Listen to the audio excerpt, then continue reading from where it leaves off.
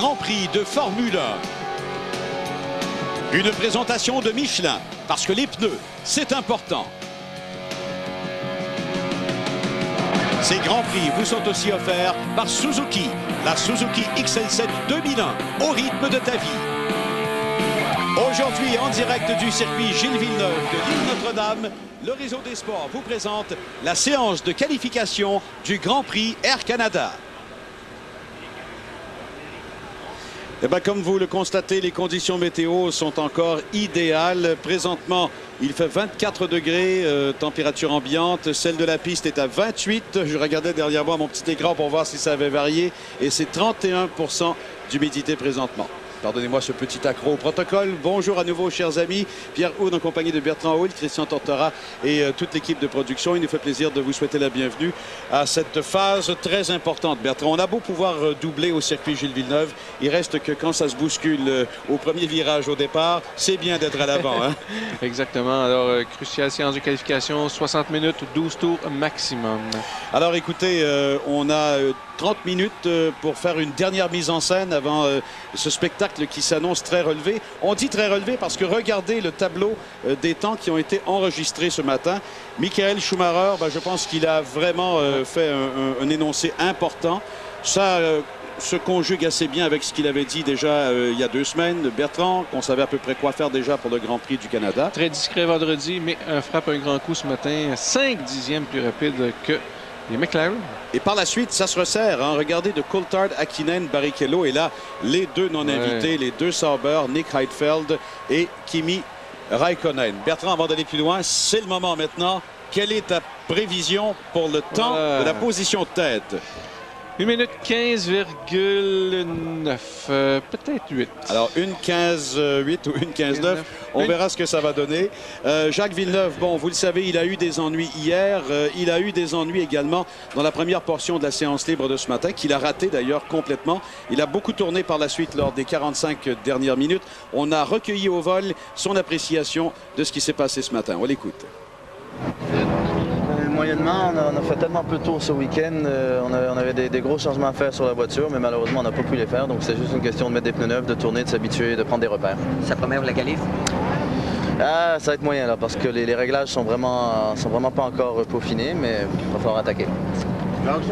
Bon, mais il va falloir attaquer. Ça, je pense que quand on réalise que tout n'a pas été testé, que tout n'a pas été appris, surtout, Christian, particulièrement, vous qui avez passé une bonne partie du week-end déjà chez BAR, vous avez été témoin de tout le travail qui a été fait. Je pense qu'il n'y a pas le choix. Hein. Il faut vraiment tenter le tout pour le tout. Mais d'abord, il y a cela, mais moi, ce qui me surprend le plus, Pierre et Bertrand, c'est cette espèce de... Vous savez, on sort de là, on est complètement détruit parce qu'on est déçu, fatalement.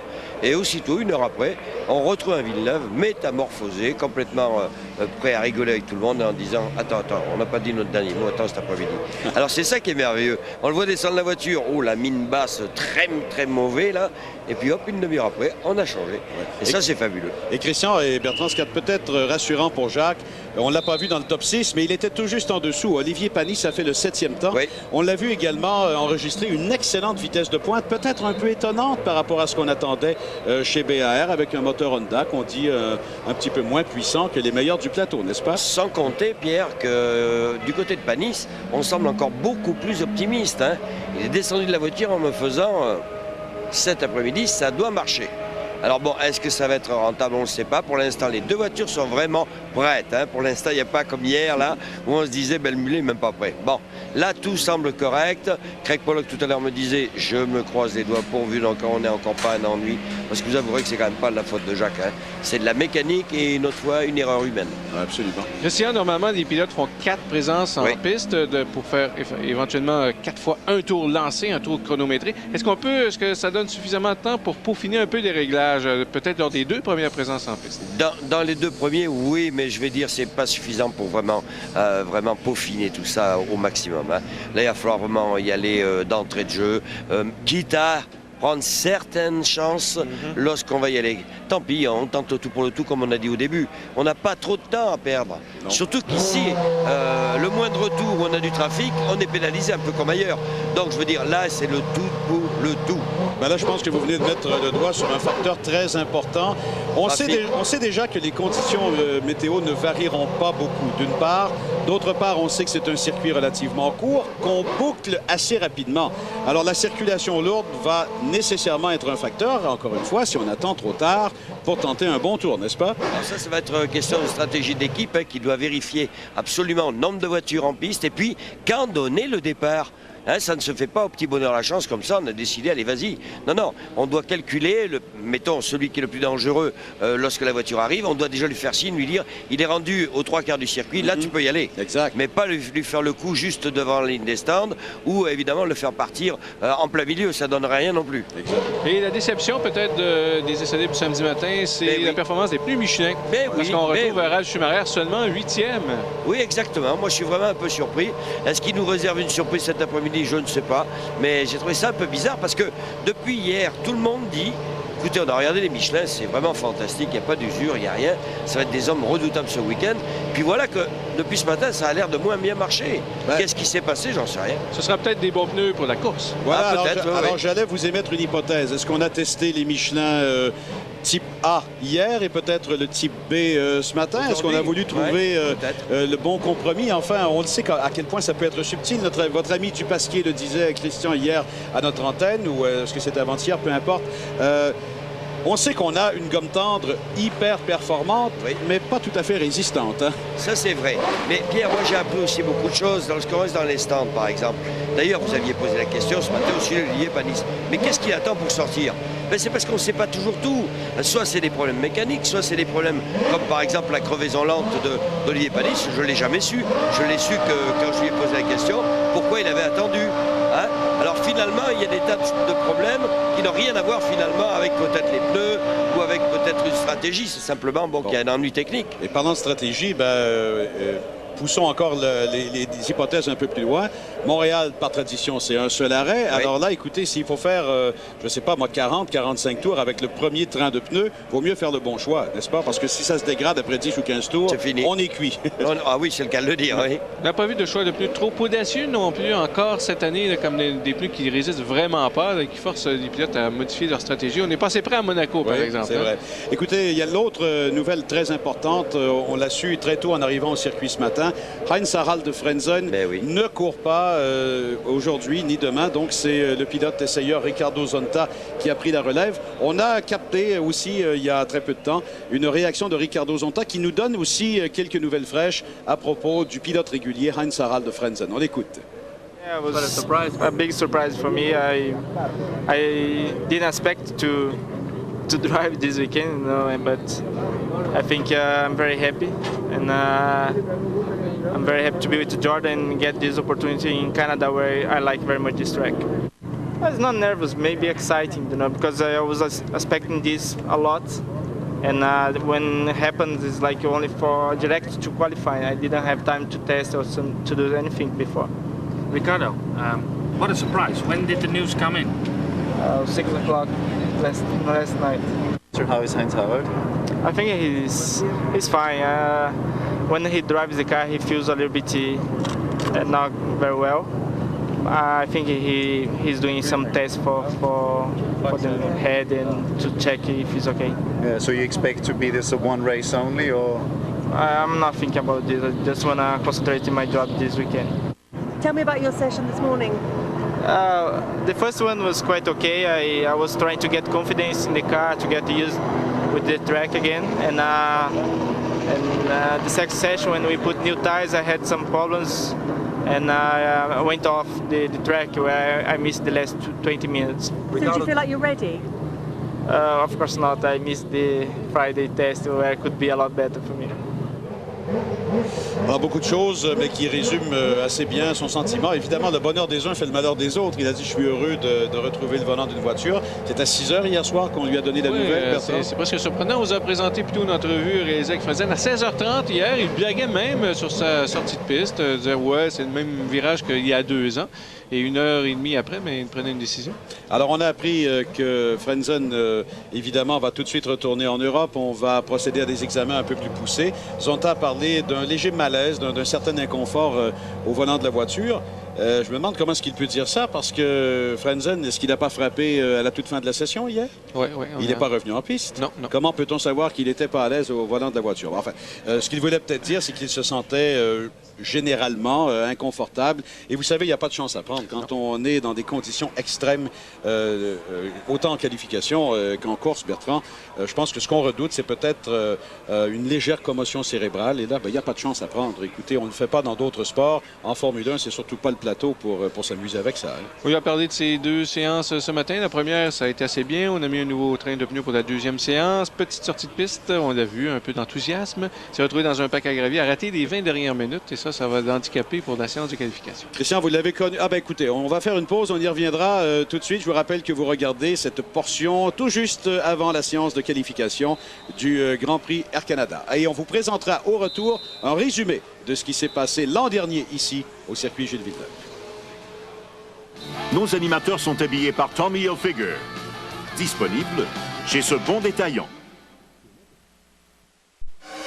Ce résumé du Grand Prix 2000 est une présentation de Molson Drive. 8e manche, les pilotes traversent l'Atlantique pour disputer à Montréal le Grand Prix Air Canada. Avant le départ, des problèmes pour Coulthard. Les mécanos travaillent sur sa voiture alors que s'amorce le tour de formation, ce qui lui vaudra une pénalité. Malgré tout, il est à sa place pour le départ à côté de Michael Schumacher. L'Allemand, le meneur du championnat, est encore une fois en très grande forme. Aux premiers instants de la course, Jacques Villeneuve fait aussi excellente figure. Parti 6e, il remonte jusqu'à la 3e place. Schumacher est pourchassé par Coulthard. À 5 secondes et en 3e place, Villeneuve a la plus grande joie de la foule. Barrichello, lui, est 4e devant Hakkinen.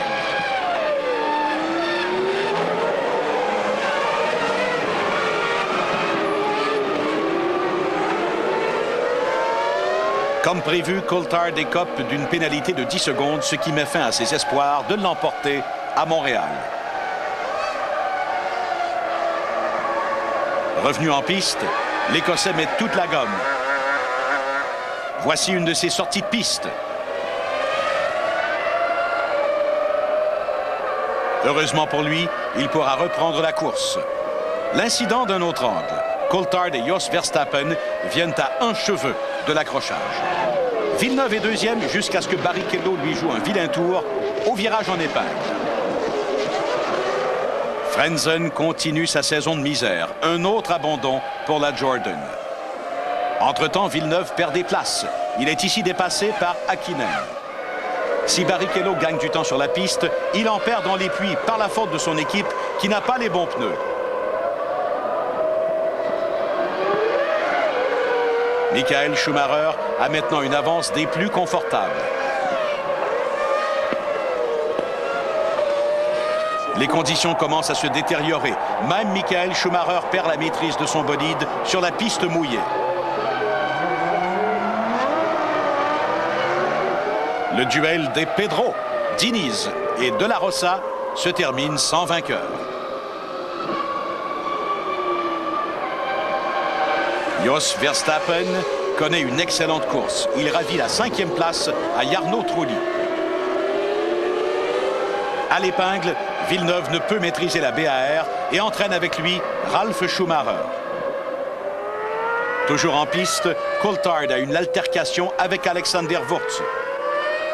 C'est le doublé pour Ferrari. Michael Schumacher et Rubens Barrichello. 5e victoire de la saison pour l'Allemand et la 40e de sa carrière. À ce stade de la saison, il a complété 96% des tours, mais il avoue de voir une fière chandelle à Barrichello qu'il a protégé quand, par mesure de prudence, il a ralenti en fin de course. J'ai une dette envers lui et je vais l'acquitter à la prochaine occasion, de dire Schumacher.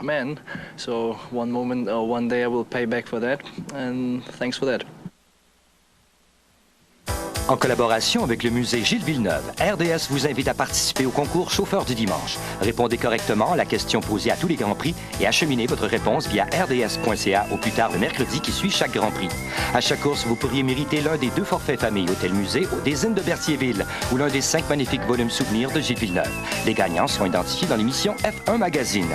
À gagner aussi à la fin de la saison, un simulateur offert par Simulation F1 Cockpit et un habit de pilote porté par Gilles Villeneuve offert par le musée Gilles Villeneuve. Les gazelles RDS, Claudine Douville et Louise Bergeron poursuivent leur aventure dans le désert du Sahara au Maroc au trophée Aïcha des Gazelles en compagnie des autres équipages québécois. Et la deuxième partie de ce reportage vous présente d'autres moments forts de la compétition, dont le terrible marathon dans les dunes. On a des sueurs chaudes qui sont garanties à compter de 17h30 aujourd'hui, l'émission à ne pas manquer. L'Odyssée du désert, deuxième partie, 17h30, donc aujourd'hui samedi. Eh bien, la tension monte, c'est le moins que l'on puisse dire. Dans 10 minutes maintenant, ce sera le début de cette séance de qualification. Bertrand, je pense qu'on est d'accord pour dire que ça ne va pas se bousculer au portillon dès le départ. Par très beau temps, d'habitude, c'est ce qu'on voit. Hein. Peut-être, peut-on espérer une Minardi, une Prost qui entre en piste, mais les ténors, probablement pas avant la 20e minute. Donc, on voit qu'on termine les préparations chez BAR. Oui, là, on travaille très fort, évidemment. Voilà Jacques avec son attaché de presse. Ouais. On voit Craig Pollock également. Alors, enfin, bref, c'est une famille qu'on revoit souvent. On voit toujours à peu près tous les membres ensemble. Souriant quand même. Le moral semble bon. Ouais. Et je pense qu'il faut y revenir.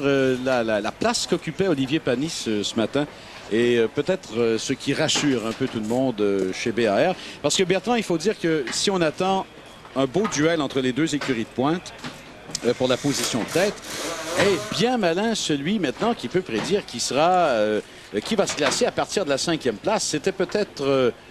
enfin, on disait peut-être presque automatiquement que c'était la place légitime des Williams. Est-ce qu'il y aura, encore une fois, les Sauber qui viendront s'infiltrer? Qu'est-ce que Panis et Villeneuve pourront faire? Où seront également les Jaguars? Peut-être qu'on a été ramené un peu plus à l'ordre là ce matin chez Jaguar, mais quand même, il faut y jeter un coup d'œil, malgré tout, légitime. Oui, parce que Williams Michelin est 8e, Jaguar Michelin est 10e avec De La Rosa. C'est loin. Est-ce qu'on va tenter un pari audacieux pour la qualification? Oui, peut-être. Parmi les deux types de gommes offertes. C'est ça. Rappelons cependant qu'il faut rester avec le choix. Hein? Ouais. Alors, c'est un choix qui peut être assez déchirant. Il faut tenir compte du fait que c'est un circuit où on peut dépasser. Bon. Au niveau du revêtement, Bertrand, on ne peut pas dire quand même que c'est très abrasif ici. Hein? Au niveau de l'usure des pneumatiques, il faudrait plutôt regarder du côté de la charge aérodynamique et bon, enfin, du même à la rigueur du style de chacun des pilotes. Mais au niveau du revêtement, ça va quand même très bien. Exact. C'est très, très peu abrasif. Mais les pneus travaillent beaucoup. Pourquoi? À cause des brusques changements de direction dans les chicanes. Alors, c'est exigeant quand même pour les pneus. Je me souviens d'en passer alors qu'on en savait plus, parce qu'il n'y avait que Bridgestone. On avait des gommes tendres et des gommes médium, intermédiaires à l'époque. Oui. Donc, pas d'ultra tendres quand même. Ah! Ça, c'est intéressant. Il faut dire aussi, Bertrand, que l'an dernier, on a vu la pluie venir tout changer les paramètres pendant la course. La prévision, je pense que vous le savez déjà, elle est très bonne pour demain. Quant aux variations de conditions météo, c'est très, très stable depuis ce matin. Et ce qui a peut-être d'encore plus rassurant pour tout le monde, c'est que l'humidité a vraiment descendu. On avait l'humidité normale du matin autour des 45 % ce matin. Et là, on est à 31 %. Alors, ce sont à peu près des conditions semblables à celles d'hier. Et ce sont finalement des conditions, je pense qu'on s'entend, là, à peu près idéales. Pour l'instant, c'est 24 degrés, température ambiante, et 26 degrés, température de la piste. Eh bien, on vous lance d'autres rendez-vous. C'est une grande journée consacrée au sport automobile et à l'automobile également. Déjà d'entrée de jeu, une image qui vaut 1000 mots. À 16h aujourd'hui, nous vous invitons à regarder l'émission Passion Ferrari, 60 minutes entièrement consacrées à la passion que génère Ferrari au Québec. Il sera question de Gilles via son ancien agent Gaston Parent. On va en apprendre de toutes sortes. Les premières négociations, notamment entre Gilles et le grand Enzo Ferrari. Au menu aussi, une rencontre avec Gino Rosato de Laval, dont la passion et le dévouement envers Ferrari lui a permis de faire partie de la Scuderia. Alors à ne pas manquer donc aujourd'hui à l'antenne du Réseau des Sports, à compter de 16h. Voilà une superbe image d'une carte postale. On va à la pause et on sera de retour dans quelques instants.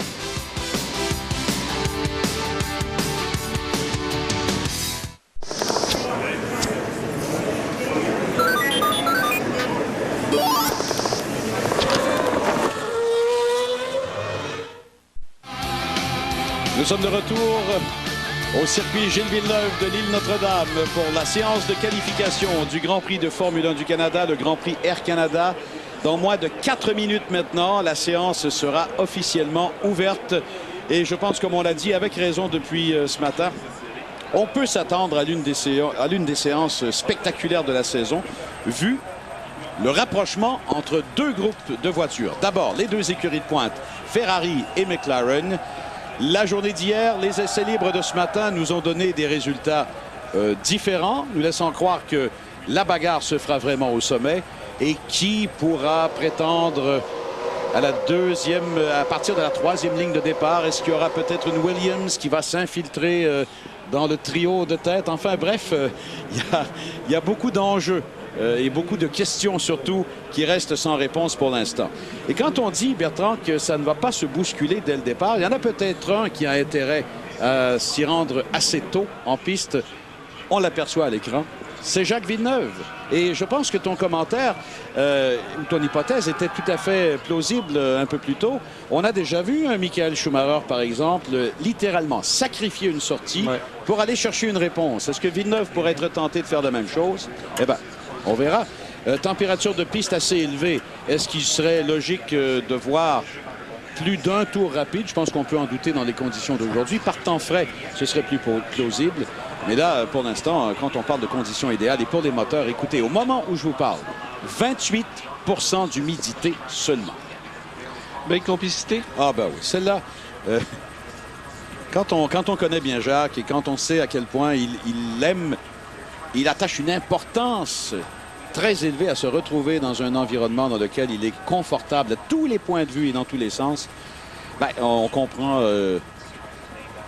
bien quand on voit des images comme celle-là entre Craig Pollock et Jacques Villeneuve. Et évidemment, on connaît tout l'attachement historique qui existe entre les deux personnes.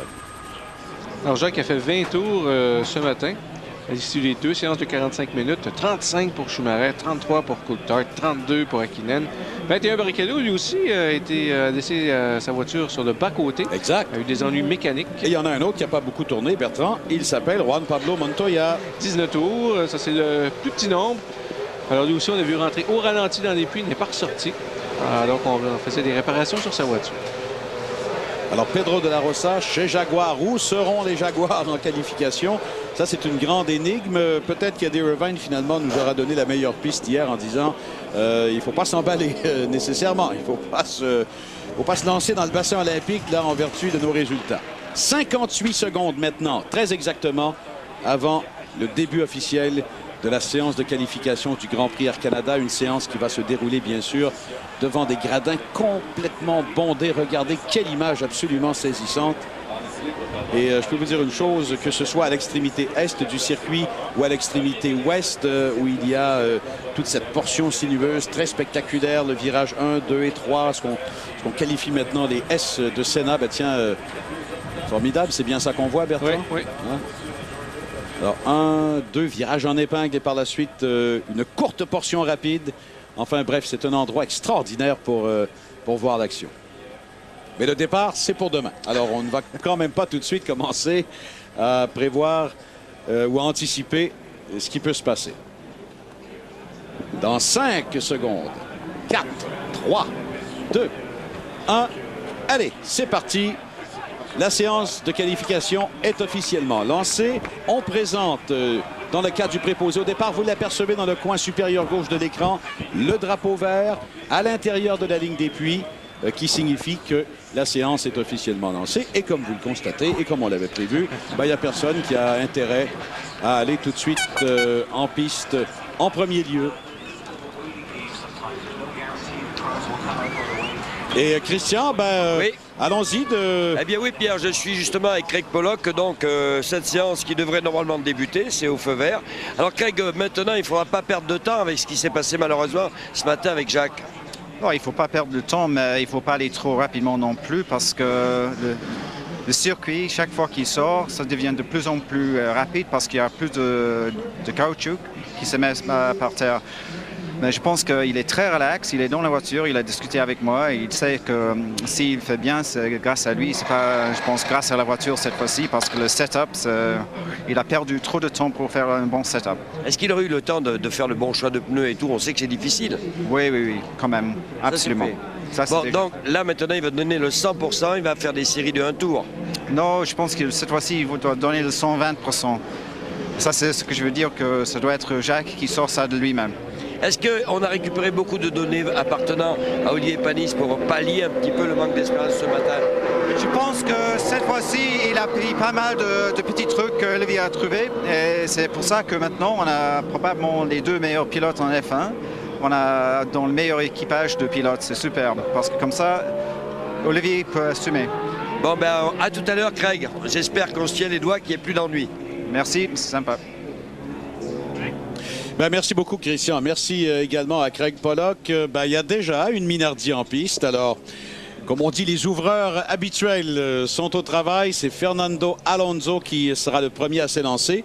Et là-dessus, on s'arrête tout de suite. On sera de retour dans quelques instants, espérons-le, avec les ténors le plus rapidement possible. Le tableau au Renault Dépôt de la séance de qualification, aucun temps enregistré. Le premier qui est allé en piste, Fernando Alonso, s'est offert une petite sortie justement dans les S de Senna. Alors on a tout de suite une idée des pièges qui guettent les pilotes. Alonso qui va tenter de se reprendre. Voilà ce qui s'est passé. Il est arrivé trop rapidement, on a pu négocier le virage, a choisi de traverser une partie du bac à gravier et du gazon. On a même vu Aquilin se faire surprendre là ce matin. Oui. Oh! Et correction, mais il avait trop de vitesse. Et son temps est de 1:24.880. Alors, écoutez, on est bien loin de ce qu'on aura en principe. Mais comme l'a dit Bertrand, gardons-nous toujours quand même bien en tête qu'il n'est pas rare de voir ici, à Montréal, des temps parfois un peu plus lents que ceux qui ont été enregistrés lors de la séance libre du matin.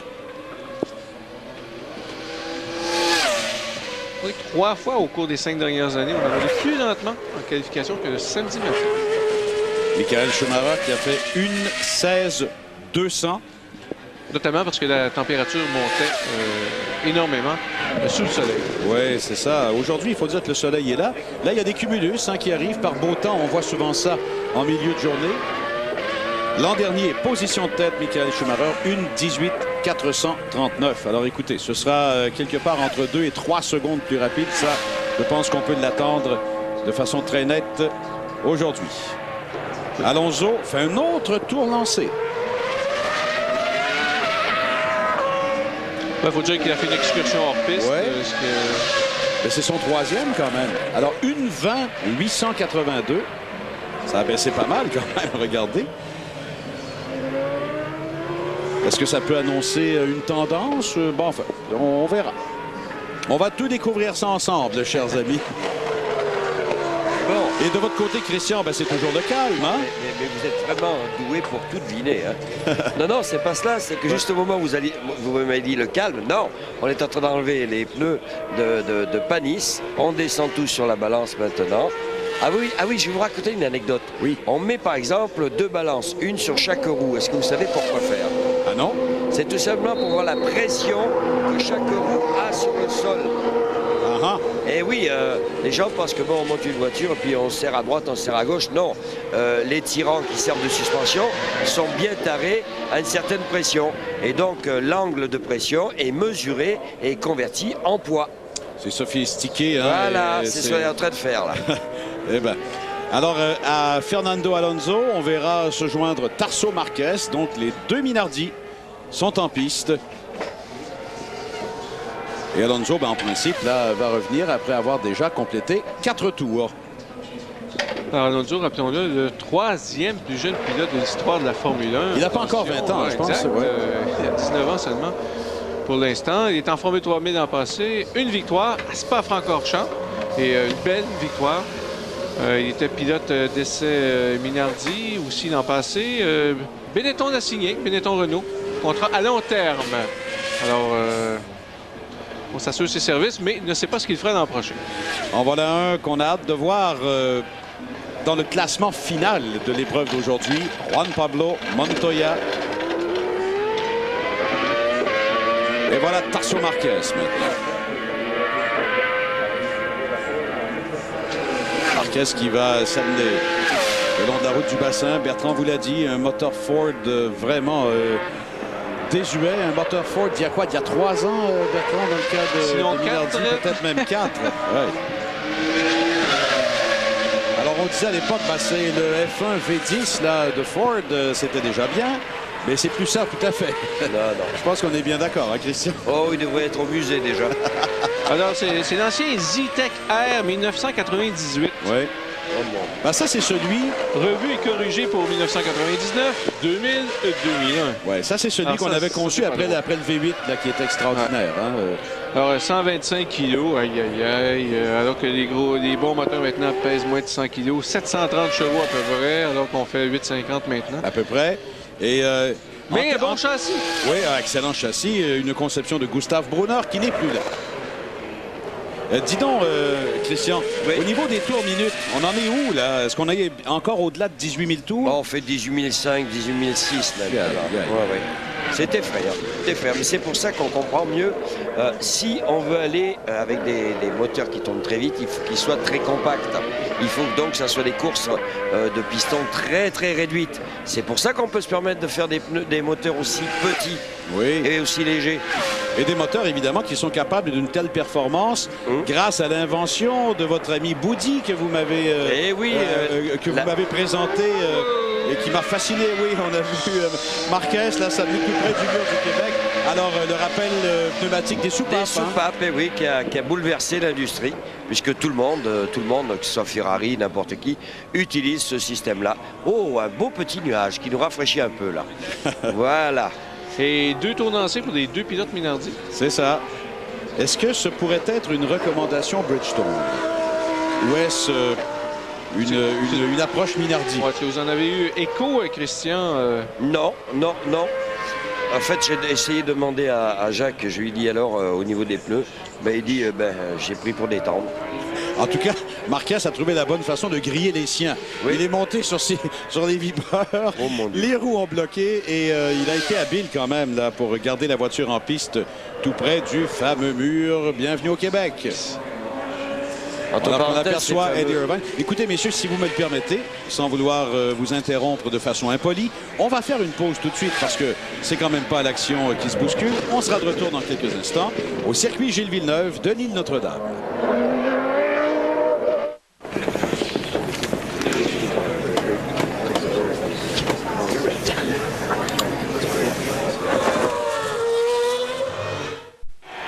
Alors, au tableau Renault Dépôt, on voit le temps des 2 Minardi, mais je peux vous dire qu'il y a d'abord Giancarlo Fisichella en piste, mais surtout Jacques Villeneuve qui vient de sortir de la ligne des puits aux applaudissements des spectateurs dans les gradins qui sont bondés. Alors Christian, petite information mais très importante au niveau des pneumatiques. Bien écoutez, oui, effectivement, Jacques est parti avec 4 pneus complètement neufs et non pas des pneus rodés. Donc 4 pneus neufs. Et comme vous voulez le constater, et vous l'avez dit, moi je suis dehors actuellement devant le garage. Je vous jure que quand Villeneuve passe, c'est la cohue la plus totale. Les gens se lèvent, hurlent, ça fait froid au dos. En tout cas, on a hâte de voir où il va se situer par rapport au plateau. Moi, j'ai surtout hâte de voir s'il va faire 2 tours. 2 tours rapides ou un seul. Mais moi, il m'avait dit, juste avant de partir, je ferai des séries d'1 tour. Bon, alors, écoutez, ce serait l'approche conventionnelle compte tenu des conditions météo d'aujourd'hui. Tout à fait. Alors voilà, négociation du virage en épingle. Regardez la foule, quelle image absolument saisissante.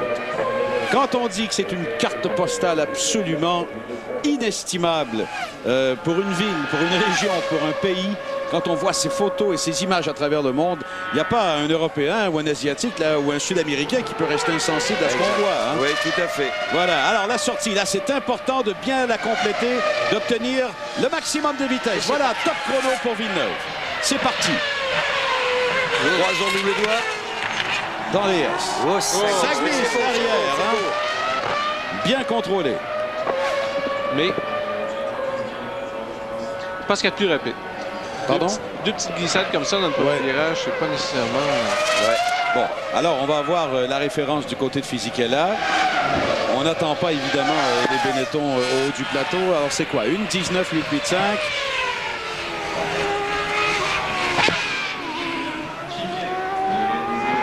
Et voilà, on revient à Villeneuve. Où sera-t-il au deuxième intermédiaire? C'est pas tellement par rapport à Fisichella, comme par rapport à ce qu'on anticipe comme performance.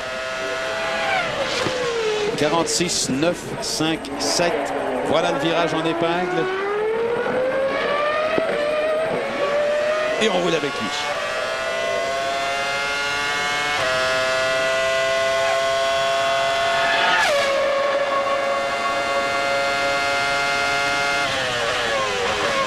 Allez, dernière chicane. Très agressif. Bien fait tout près du mur et qu'il est passé près. Où sera-t-il? Une 18,039. Alors, une 18,039, c'est tout près de ce qu'il a fait ce matin. Qu'est-ce que ça veut dire par rapport aux autres? Eh bien, on verra. Au moins, ça va les rassurer tous ces choix de réglage. Ouais. C'était peut-être l'objectif numéro 1 de cette première présence en piste. Absolument, Bertrand. Commentaire très juste. Et comme Craig Pollock l'a dit, là, il a tout à découvrir par lui-même. Pas question de se rabattre sur une stratégie, sur des données. Il n'y a pas eu de données suffisantes pour pouvoir prendre une direction en toute sérénité. Et là, je vous rassure, déjà, on a préparé un autre train de pneus. Ça y est. Bon, je pense qu'on a notre réponse. Fisichella est allé directement au puits. Villeneuve roule au ralenti. Alors, ce sera un autre 4 présences. Ouais. Et moi, je peux vous dire qu'à se mettre sous la dent au cours des prochaines minutes, Juan Pablo Montoya qui passe devant nous. Alors, c'est déjà rassurant de ne pas les voir en piste en même temps, ces deux-là, Christian. Il valait mieux les garder au calme. Hein, et refroidir un peu leurs ardeurs. Exact. 26 degrés sur la piste maintenant, 25 pour l'air ambiant, 29% d'humidité seulement. Alors qu'on a gardé toujours Olivier Panis au garage. On ne travaille pas, on attend, on attend. Alors, Raikkonen est sorti aussi, ça va être intéressant de voir si les sauveurs vont se maintenir. Alors pour l'instant, Button, Verstappen, Montoya, Burti, Raikkonen en piste. Oui, tu as raison, on a hâte de voir le vrai classement des sauveurs. On aperçoit Verstappen qui a quand même roulé à une 18,030 ce matin, donc pas si mal dans les circonstances. Verstappen peut-être l'un des plus imprévisibles en piste. Parlez-en à Juan Pablo Montoya, tiens.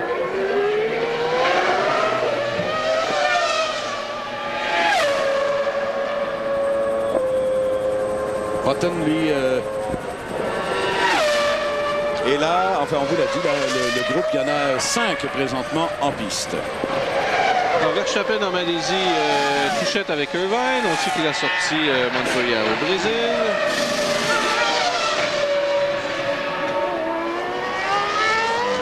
Alors, tout le monde a fait son premier tour. Et là, tout le monde est en tour lancé dans le groupe qu'on voit en piste présentement. Et à Monaco, s'est accroché avec Burti qui a dû passer au puits. Et avec Heidfeld qui l'a mis dans le rail. Bon, alors c'est le nombre d'amis diminue de course en course. il mange tout seul, le pauvre, le soir. Oh, et là, il a bien failli. L'arrière a failli passer devant. Ça a été bien maîtrisé, cependant.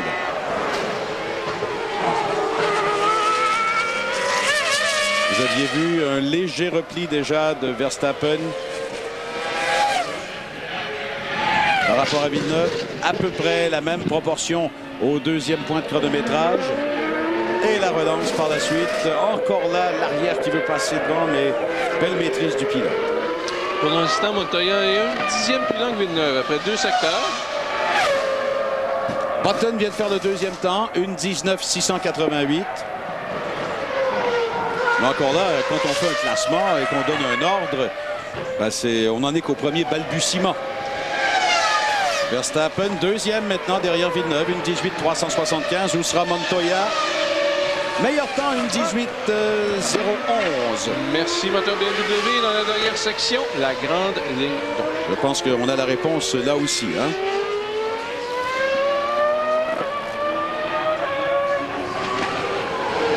Alors, c'est réglé. Est-ce que Raikkonen a passé? Il vient de le faire. Ah non, c'est pas Raikkonen qui vient de passer là. C'est Burti. Et Raikkonen, meilleur temps, une 17-469. Alors, il enlève plus d'une demi-seconde au temps de Villeneuve. Ben, ça me rassure un peu. Je me demandais où on allait se retrouver dans les chronos, dans les vitesses moyennes autour. Peut-être qu'on va se rapprocher de ce qu'on pensait. Première présence de Raikkonen, évidemment, à Montréal. Alors, après 20 minutes, toujours pas de Ferrari ou de McLaren. Ah ben non, mais sauf que là, Yann Jordan qui entre en piste. Et c'est Ricardo Zonta. Et du côté de Jaguar, Christian, De La Rosa. On a les deux. De La Rosa et Irvine sont en piste.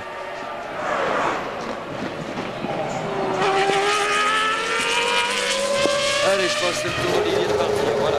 Bon. Pareil. Et le 9.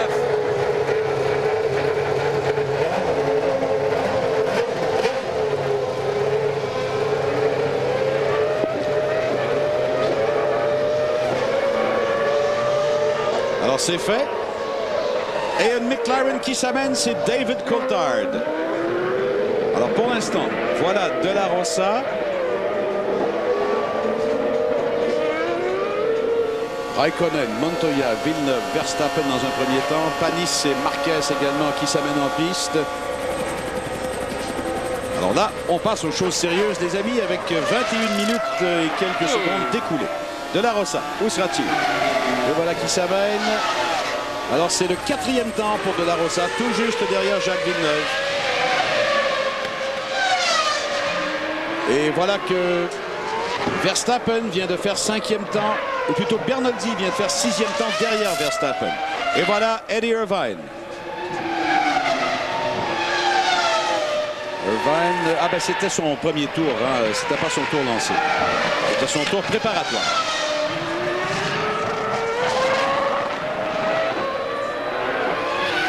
Alors, surveillons déjà au premier secteur.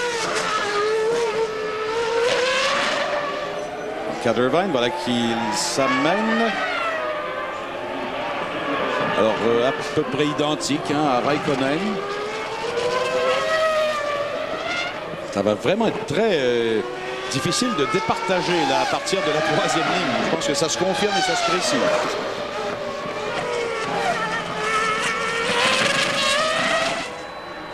Oh, on a vu encore là, c'est vraiment l'accélération lors des...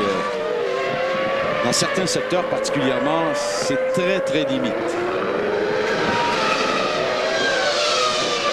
Sauf qu'on la voit de mieux en mieux, cette ligne de course idéale, hein, ce tracé.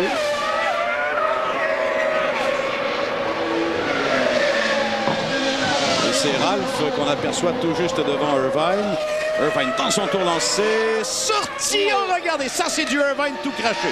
Irvine est vraiment unique à ce chapitre. Il fait que le 6e temps, mais... Ah, ça c'est le Irvine de Monaco, hein, qu'on voit toujours à l'espace limite par rapport aux glissières. Alors Raikkonen, Montoya, Villeneuve, De La Rosa, Verstappen, Irvine, Bernoldi, Zonta, Button, Burti, Fisichella, Alonso et Marquez. Ce sont les temps qui apparaissent. Alors que David Coulthard est en piste.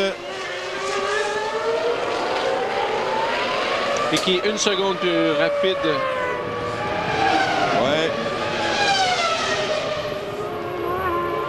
Jean Lézy fait le 7e temps pour l'instant. Nick Heidfeld, meilleur temps, 1:17.165. Et voilà Coulthard, il était temps qu'on le retrouve. Oui, mais il a court-circuité la chicane, Pierre a perdu du temps. 1:16,5. Ouais, il était 9/10 devant. Et, il a perdu Panis, 2e temps, Christian. Eh oui. Une petite réaction là de votre côté. Mon côté, c'est les mécanos qui saute, mais tout le monde reste prudent quand même. On est encore loin de la coupe aux lèvres, mais ce qui est acquis est acquis. Bah, écoutez, déjà à 1,16,7, ça veut dire qu'il y en avait en réserve. Ralph vient de faire le 4e temps. 1,17,2. Vous voyez qu'il avait raison quand il me disait attends, cet après-midi, j'en ai encore.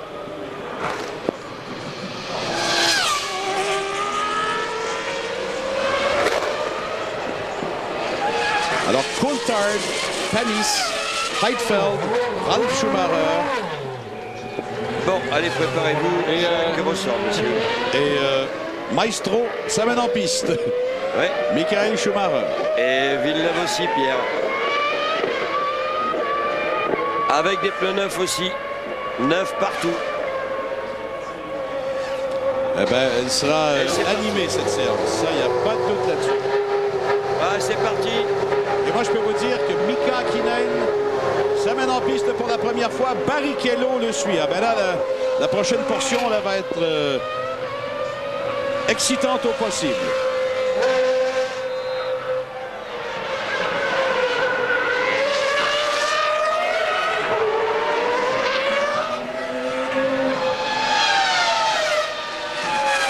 Alors, Trulli vient de lancer son tour rapide. Vous avez la référence de Coulthard. Jacques Villeneuve sort des puits maintenant. Où seront les Jordan?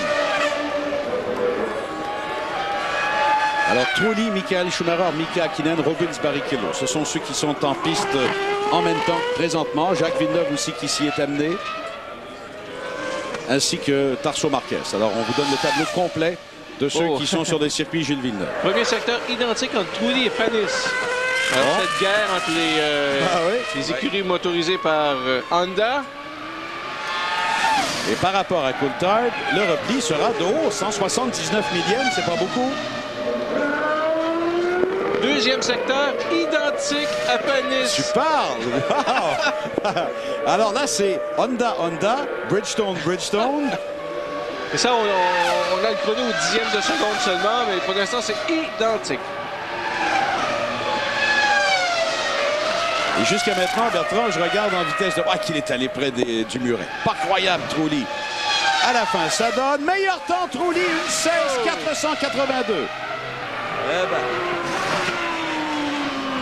Mais c'est quand même pas très loin d'Olivier Panis, mais c'est dans le dernier secteur qu'il a gagné. 2e dans le dernier secteur. Bon, alors, suivons Michael Schumacher. Là, la vraie référence, on l'aura.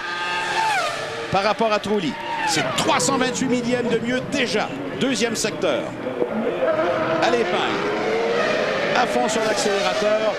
Et c'est parti.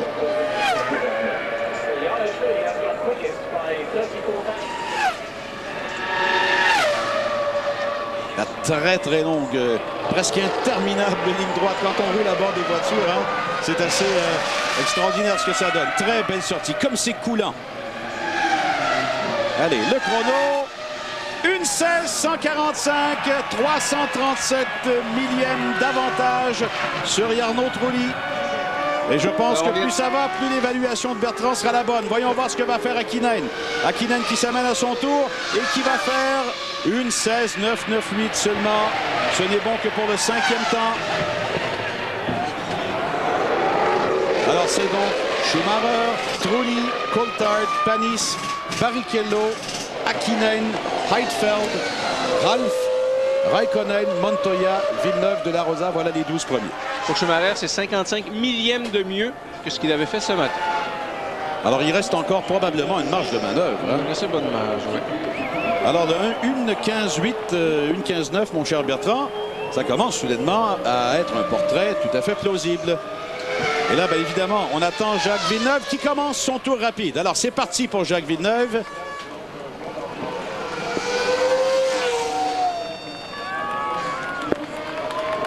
Ah, il vient de... Pardon. Alors, Villeneuve, 1,17,244. Merci, Bertrand. C'est qu'on l'a complètement oublié, là.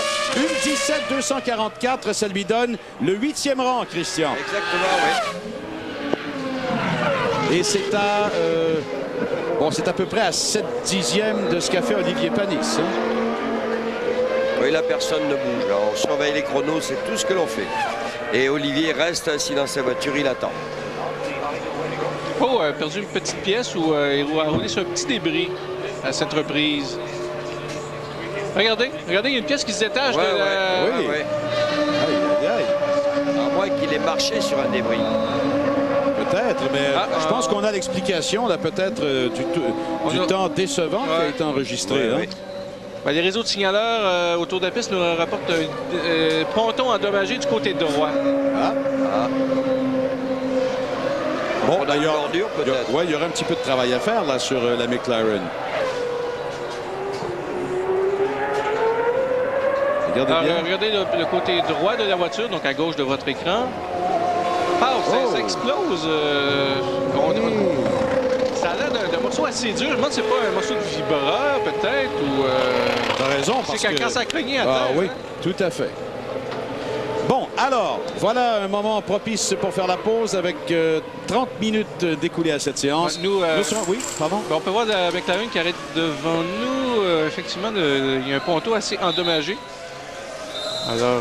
Bon, je sais pas si on peut voir... non, c'est de l'autre côté. Ouais, malheureusement. On n'est pas du bon... Bon. Enfin. Ben écoutez, on va à la pause, on va tenter de comprendre un peu plus ce qui se passe et on sera de retour dans quelques instants sur ce gros plan qui peut nous en dire un peu plus. Voilà.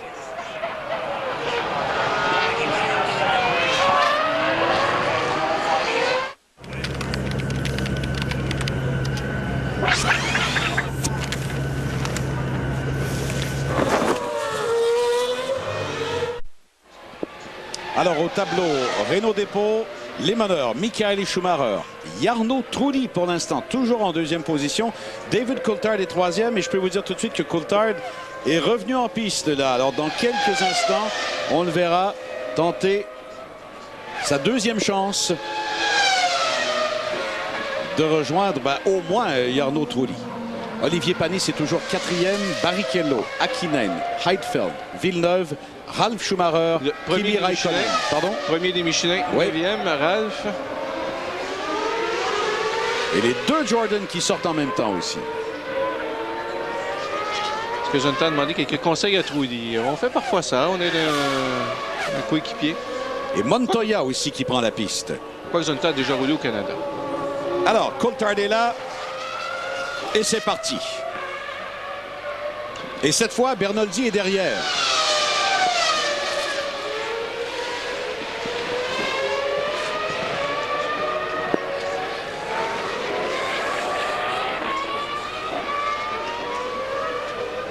Alors, on va nous regarder... Pierre, oui, Christian. Deuxième tentative pour Olivier Panis. Bon, deuxième tentative. On a hâte de voir où il est. Alors, on va tenter de voir... dans le cas de Coulthard, 21-4. Bertrand, c'est bon, le premier intermédiaire? Troisième meilleur chrono dans le premier secteur. Raikkonen, sixième. 1:16.879.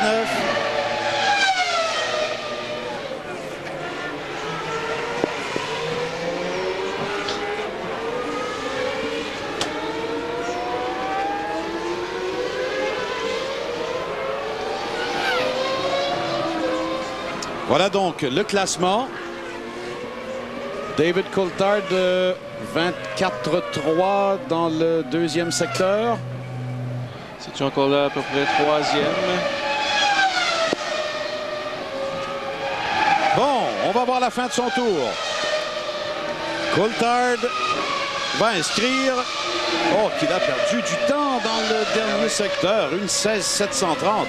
Malheureusement, ce qu'on n'a pas vu, voilà, est-ce qu'il a été gêné par de la circulation? Est-ce qu'il a commis une erreur? On ne sait pas.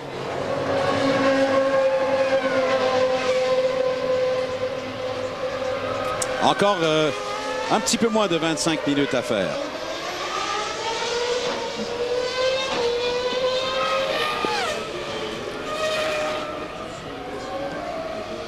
Alors en piste présentement, Trulli, Panis. Heidfeld est là également. Trulli avec une demi-seconde maintenant par rapport à Michael Schumacher. Il faut rappeler qu'en bout de ligne, c'était à peine 3 dixièmes entre les deux. Et c'était dans la portion rapide qu'il en avait gagné le plus, lors de sa tentative précédente. Oh, Trulli qui a vu la voiture osciller presque l'échappée au virage. Et c'est une malheureuse conséquence pour lui. Il n'améliorera pas. Zonta vient de faire 11e temps. On aperçoit Montoya. Où sera-t-il à la ligne d'arrivée? 11e seulement, une 17-292. Ben là, Ralph 10e, Montoya 11e. Ça va plus. Il y a de quoi se poser des questions. Oui, ben, en comparaison, où sont les Jaguars, Pierre? Ben, les Jaguars, ils sont derrière encore. Hein. Oh là là. Verstappen est 13e. Donc, on aurait la preuve que là, pour une fois, les Michelin se sont complètement trompés, là. Ou bien est-ce qu'on a voulu absolument privilégier demain? Enfin, je sais pas. Ben oui, mais enfin, ben là, pas à ce point-là. Partir aussi loin. Oui, non, je comprends, Christian. Comme quoi, là, le public peut se rendre compte à quel point ça change d'une piste. Et attention à Panis, Christian. Je vais vous dire où il est à la fin. Panis s'améliore pas. 1 seconde 178 d'écart. Alors, il va garder sa 4e place, mais il n'améliorera pas. Attention, là, il y a Ralph qui vient de faire le 2e meilleur secteur de tout le monde. Bon, OK. Alors, le voilà. Ralph qui va faire 2e temps, Christian. Bon, ben, écoutez, ça nous rassure, là, au moins. Une 16-297. Parce que quand même, du jour au lendemain, être aussi loin, c'est inquiétant. Ah, ben... Ça fait partie, encore là, du spectacle relevé qu'on attendait. Vous savez ce qu'on peut arrêter ça tout de suite? Moi, j'avais prédit les frères Schumacher sur la première grille. Ah ben non, Bertrand. Arrêtons tout de suite. Ce serait trop facile, Bertrand. Il reste encore 22 minutes. Ouais. Pas 22. Écoutez, on pense que les Williams ont dû prendre la gomme la plus dure fournie par Michelin. Parce que la gomme la plus tendre fournie par Michelin n'aurait pas tenu le coup demain. Ça expliquerait la position un peu difficile des Williams jusqu'à présent. Oui. Mais là, Ralph 2e. Oh. Ben parce que finalement, Bertrand, Pierre Dupasquier lui-même nous avait aiguillé sur cette route quand il nous avait donné cette entrevue il y a quelques jours. Heidfeld, non, ça n'améliore pas. 1-111, Heidfeld pour l'instant va garder sa 9e place. Alors Jacques a glissé en 10e avec les derniers développements. C'est Michael Schumacher, Ralf Schumacher, Jarno Trulli, David Coulthard, Olivier Panis, Rubens Barrichello, Kimi Raikkonen, Mika Hakkinen, évidemment, il n'est pas revenu encore, il faut travailler sur la voiture. On a par la suite Nick Heidfeld, Jacques Villeneuve, Juan Pablo Montoya, Ricardo Zonta. Jacques, ce qui surveille dans la voiture, ses adversaires, avec l'écran couleur. Et Christian, si vous cherchez les Jaguars, Irvine 16e pour l'instant. Bon.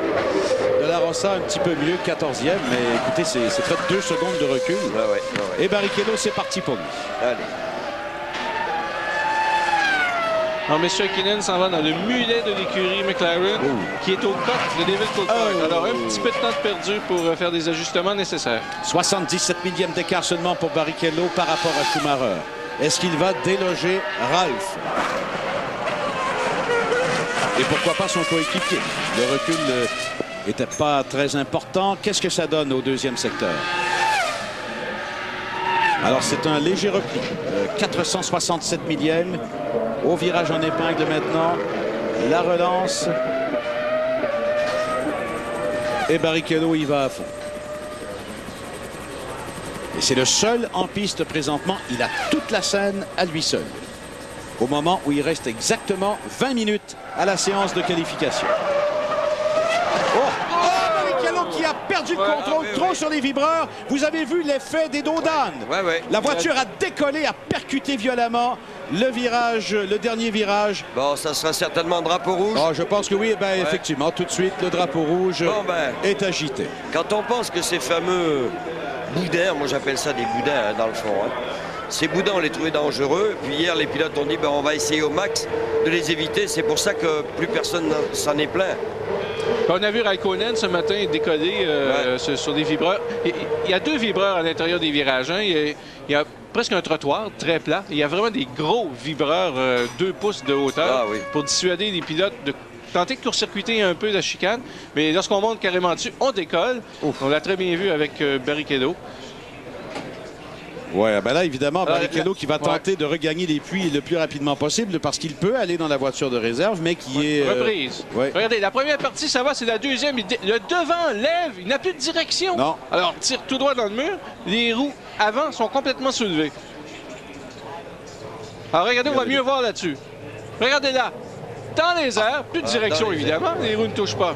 Mais, Bertrand, comme on a vu ce matin, l'erreur commence d'abord au premier, au premier virage. Et là, on atterrit finalement sur... Voilà, regardez bien. Il a levé le premier et il prend le deuxième. Aïe, aïe, aïe.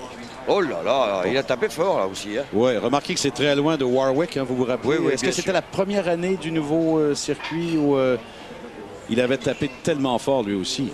Bon, ben voilà, Barrichello qui s'amène en courant. Heureusement, il n'était pas trop loin de l'entrée de la ligne des puits. Le problème, c'est que Ferrari est à l'autre bout complètement. Oui. Bon, ben, le mur des lamentations, on a encore pris un. Oui. Sauf qu'en général, depuis le début du week-end, les pilotes ont été assez disciplinés. Hein? Et je peux vous dire que le mulet et Schumacher, si je me rappelle bien, en fin de semaine, et on travaille sur le mulet présentement, donc possiblement qu'on va généreusement le prêter à Rubens Barrichello. Alors, drapeau rouge, la séance sur le mulet. Oui, la séance qui s'est arrêtée, pardon, Bertrand, avec 19 minutes 47 secondes à faire, très exactement. Barrichello qui tentait le tout pour le tout. On l'a dit, l'objectif, c'était au moins Ralf Schumacher. Et ça, ben, c'est pas évident. Quand on vient de donner tout un... Oui. Pierre et Bertrand, voilà mon marathonien qui arrive. Ah oui, près de vous. Voilà, hein. Il passe devant. C'est fou, être habillé comme ça avec le casque. Qu'est-ce qu'on doit avoir chaud dedans? Et surtout, Christian, à la fin d'un tour rapide qui demande une dépense d'énergie incroyable. Ah ouais. Bon, heureusement, c'est pas exactement la Malaisie. Hein, mais on a encore la preuve comme quoi ce sont de véritables sportifs. Ah, ben, écoutez, quand Jacques Villeneuve s'était tapé à peu près tout le circuit de Monaco, vous vous rappelez? Oui. Oh là là. Ils sont en forme. Ouais. Un peu plus que nous. Et là, ben, l'accident est à un endroit où il faut utiliser une remorqueuse, hein, carrément, là, sur la piste. On va tâcher de faire le travail de nettoyage d'abord le mieux possible, c'est ce qu'il faut d'abord faire. Et par la suite, faire le travail de transport de la monoplace qui est pas mal abîmée. Hein.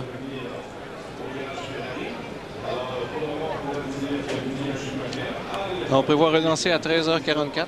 Donc, dans 5 minutes. Hein, à 13h44, pardon, Bertrand. Semble-t-il. Bon, OK. Ben là, je ne sais pas si on va être prêt. Regardez encore de cet angle la sortie de piste de Barrichello.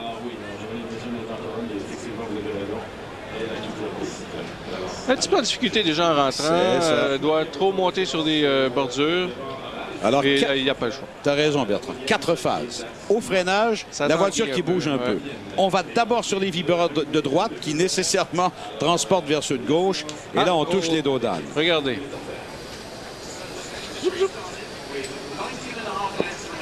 Ouais, quand on voit de cette caméra, ça semble plus doux. Mais de face, là, c'est un peu plus violent. Et voilà, c'est reparti. Alors, beau travail de la part des équipes encore hein, autour du circuit. Et là, mes amis, il reste moins de 20 minutes et il reste encore au moins 2 possibilités pour tout le monde. Oui, presque tout le monde a fait 6 tours. Donc, 2 sorties. Alors, est-ce qu'on pense y aller bientôt? Là, je pense que ce qu'on va faire, on veut attendre qu'un premier se sacrifie quoi, pour aller voir l'état de la piste ou je sais pas, mais... C'est compliqué chez Ferrari pour le mulet parce que Barrichello utilise 3 pédales, Schumacher 2, alors il faut changer de pédalier, pas juste le siège. Oh, ouais, déjà bien soulevé dans la première partie, le devant lève carrément. Eh bien, il faudra reviser ça, je pense. Est-ce que c'est l'exception qui confirme la règle ou est-ce qu'on doit reviser, Bertrand? Ben, ça commence à être dangereux, là. En fait, c'est peut-être acceptable. Cet effet dissuasif des vibreurs très surélevés, c'est peut-être acceptable si vous avez une zone de dégagement à la sortie. Là, c'est un mur à la sortie. Ouais, il faudra peut-être accepter un petit peu que les pilotes court-circuitent. Je sais pas. Quoiqu'encore une fois, Bertrand et Pierre, une fois, ils sont tous dans leur voiture. Là, ils regardent tous. Ils regardent la même image que vous avez. Donc, ils ont vu exactement ce qu'il a fait. Je suis certain que tout le monde y pense bien à 2 fois maintenant avant d'y retoucher. Ouais. Alors, c'est une Jaguar qui vient de passer devant moi. Pas eu le temps de voir qui c'était. Ben, je vais vous le dire, Christian, dans une seconde, c'est Eddie Irvine. Et bien voilà.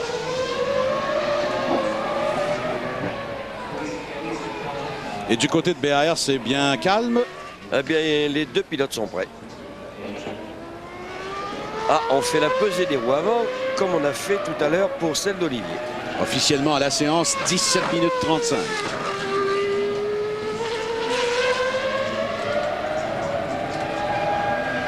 Eddie Irvine qui jusqu'ici a tenu promesse. Ça va pas du tout pour la qualification. C'était bien joli hier, mais là... Ben, il a peut-être fait un temps hier avec une gomme tendre. Et il savait peut-être déjà hier que la gomme tendre ne pourrait pas faire la course. Ça ressemble à ça, hein? Ah oui, encore là, c'est une très bonne Oui, j'ai fait hypothèse. un troisième temps, mais c'était avec une gomme tendre que je ne pourrais pas utiliser pour la qualif et la course. Ouais. Donc, ne vous attendez pas à grand-chose demain. Ouais, c'est peut-être ça qu'il voulait dire. Sauf où Ralph a-t-il sorti ce tour pour une deuxième place? Oui, et moi je peux vous dire que Mika Hakkinen est maintenant en piste. Et Bertrand, si on aurait pu ce que tu as dit, c'est donc avec la voiture de réserve. Ouais.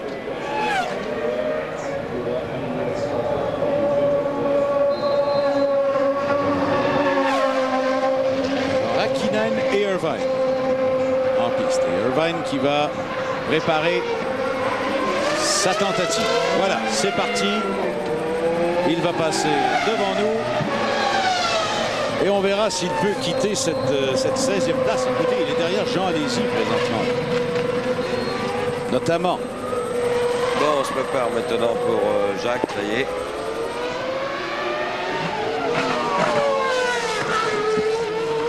Il y a Montoya aussi qui est retourné en piste, notamment. Oh, déjà plus de 8 dixièmes d'écart au premier secteur, vous imaginez. Allez, Pierre et Bertrand, c'est parti pour Villeneuve. Un set de pneus neuf, on est reparti.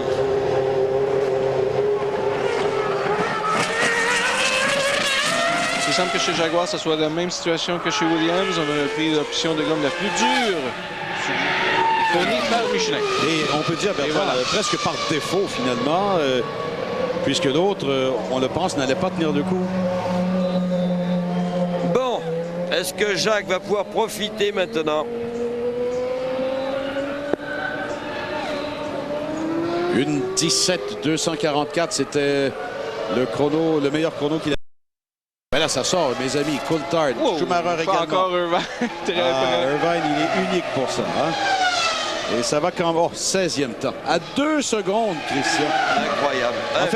En fait, il reste 16e, il améliore à peine. Ouais, ouais. Et Hakkinen, ça va pas très bien. Il est à 2 dixièmes après 2 secteurs de Schumacher. Le voilà. Ben, finalement, hein, c'est pas une piste facile. Hein. Ah non. Hakkinen avec 763 millième d'écart. Ben, il est avec le mulet, hein? C'est ça.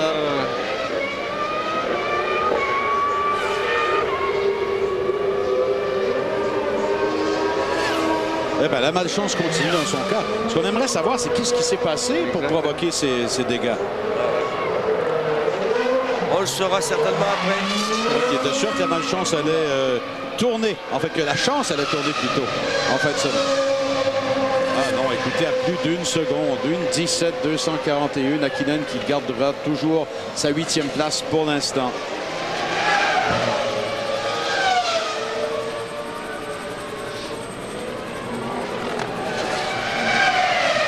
Et si je regarde du coin de l'œil, ça semblait pas mal pour Panis. Est-ce qu'il est bien en piste? Non, non, pour Villeneuve, pas pour Panis. Non, non, pardon, pardon, parce que je regardais les données de son tour précédent, Christian. Désolé.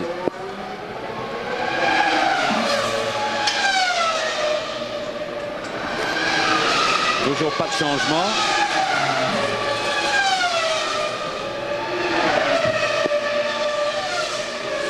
Montoya vient de progresser en 9e place. Une 17-123.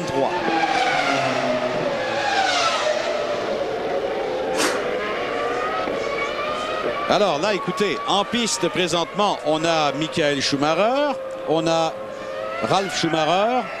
Enfin bref, il y en a plusieurs là qui présentement tentent d'améliorer leur position alors qu'on raccompagne Mika Hakkinen à la ligne des puits. Eh oui.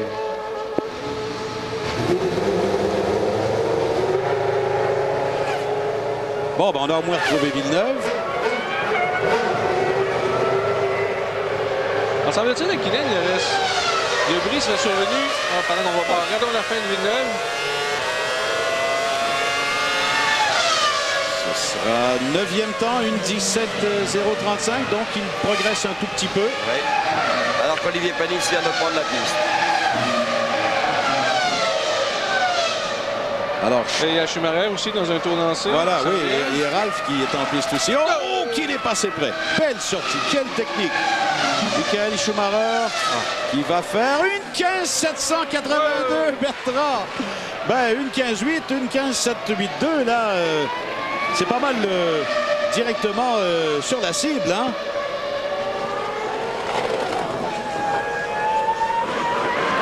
Alors, Michael Schumacher, une 15,782. Ralph, une 16,297. Trulli, une 16,482. Suivent dans l'ordre Coulthard, Panis, Barrichello, Raikkonen, Hakkinen, Villeneuve et Montoya. Raikkonen vient d'améliorer son chrono, mais pas sa position.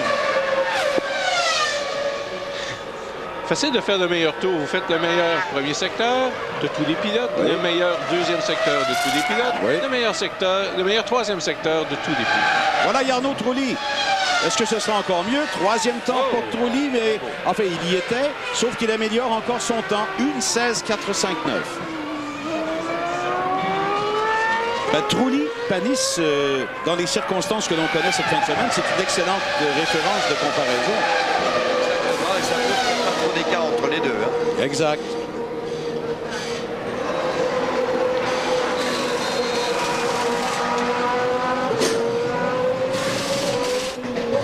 Alors qu'on s'affaire bien sûr sur la voiture de Barrichello. Voilà Ralf Schumacher, son frère l'a laissé. Non, il va revenir. Alors Ralf n'avait pas amélioré. Et un temps canon pour Michael. 5. Encore une demi-seconde. C'était une demi-seconde ce matin, une demi-seconde encore d'avance sur le reste du peloton. Et on reste dans les mêmes proportions d'amélioration, hein? Alors que l'an dernier, il avait fait une 18,439. On est tout près des 3 secondes d'amélioration.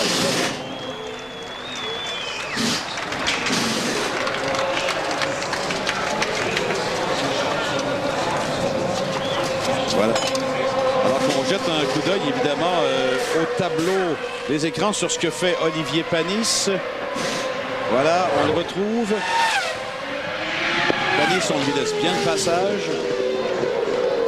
C'était l'une des Minardi.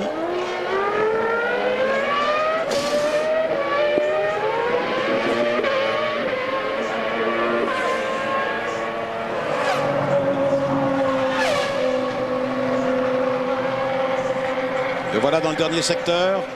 Oh, au freinage, on a vu, hein, ça bouge un peu. Voilà son chrono, belle sortie, hein. Belle sortie. La sortie, hein. Qu'est-ce que ça va donner?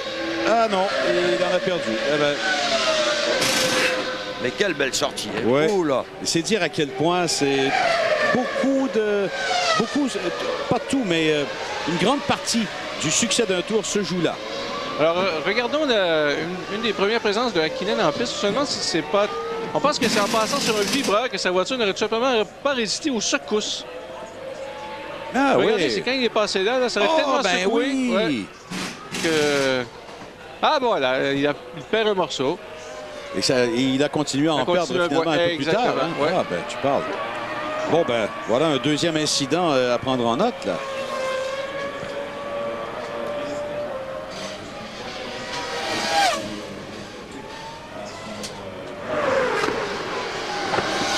Alors là, tout le monde va se garder en réserve une dernière tentative.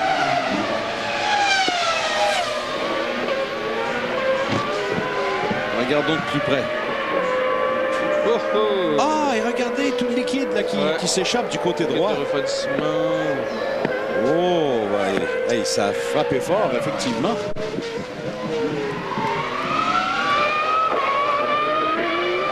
Bon, ben Barrichello que l'on voit à bord de la voiture de réserve.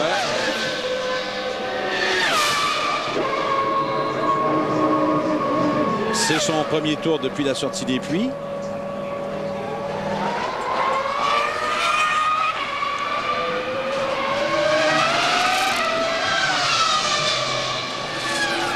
Alors voilà, c'est parti donc pour Rubens Barrichello. Et devant lui, c'est Hakkinen. Oui, c'est ça, il faut jeter un coup d'œil sur Hakkinen. Alors les deux voitures de réserve, Bertrand. Oui, exact. Les deux voitures accidentées au même endroit. Voyons voir ce qu'on aurait pu donner comme monture à Barrichello. Raikkonen, 2 dixièmes de plus que Schumacher. Ouais, pas si mal. 2 dixièmes pour Barrichello aussi à cet endroit. Il ne faut pas les compter encore pour battu. Je parle peut-être pas pour la position de tête vu les circonstances, mais au moins dans les 5 ou 6 premiers. Raikkonen, deuxième secteur. Oh, 57 centièmes. Et pour Barrichello, 58 centièmes. Tu parles d'une situation identique. Mais là, ils sont plus loin que l'écart de Ralph par rapport à son frère. C'est ça. Alors, c'est peut-être maintenant la 3e place qui est possible. La 3e toujours occupée par Jarno Trulli, je vous le rappelle. Alors, on suit Barrichello. Ce sera Hakkinen qui va passer le premier. Le voilà. Hakkinen qui améliore son temps, mais encore 8e. Et Barrichello monte au 5e rang devant Olivier Panis. Mais Christian, il y a 11 millièmes d'écart entre Panis et Barrichello. On vient de voir ça juste à l'instant. Et je viens de voir aussi autre chose. L'ingénieur-chef de Jacques, il n'arrêtait pas de tourner comme un lion en cage. Il est là, il regarde les écrans, il regarde sa montre, il tourne, il parle continuellement à Jacques. C'est fou, c'est la tension qu'il y a. Et là, avec 6 minutes à faire, il reste, comme on l'a dit, une possibilité pour tout le monde, sauf un pilote. Michael Schumacher n'a fait que 2 sorties. Exact. Et ça a été bien suffisant jusqu'ici, en tout cas pour lui donner le meilleur temps, 1:15.782. Christian, moi je retiens un de vos commentaires lundi dernier à l'émission Entre les lignes avec notre ami Alain Chantelois. Vous avez dit, je me demande si parfois Ralph, de façon brute, n'est pas plus rapide que son frère. Parce que là, ce qui apparaît très net, c'est que le chrono qu'il a réussi, c'est absolument époustouflant. Exact. Compte tenu de ce qu'on voit des autres pilotes Michelin, compte tenu de ce qu'on voit de Montoya également. Exactement. Il transcendé. Oh. Et il n'a pas besoin de sortir les autres aujourd'hui. Et derrière Michael, c'est serré. Il y a 5 dixièmes entre la 2e et la 7e place. Absolument. 5 minutes exactement à faire. Allez, alors Jack est là derrière. Il parle, il est encore devant l'écran. Il s'énerve, il regarde une feuille. Là, c'est du direct. On ne peut pas rêver mieux. Qu'est-ce qu'il va faire? Il attend encore. Il parle encore à Jack. Il sourit un peu. Donc, ils ont dû se parler en se disant, bon. C'est parce que là, il va falloir peut-être songer à toute la circulation lourde qu'il y aura vers la fin. Oui. Là, il ressort du garage. Il regarde le ciel, là. Là, il regarde si les nuages vont s'enlever. Et oui, vous avez vu, tout d'un coup, là, il n'y a plus de soleil. Il y a les nuages. Exactement. Alors, vous voyez qu'il ne laisse rien au hasard. Ça reste quand même à 27 degrés pour l'instant. Sur la piste, il y a presque eu contact entre Irvine et De La Rosa. Les deux coéquipiers. De La Rosa a été en difficulté en sortie de virage, a levé le pied. Et Irvine a presque percuté.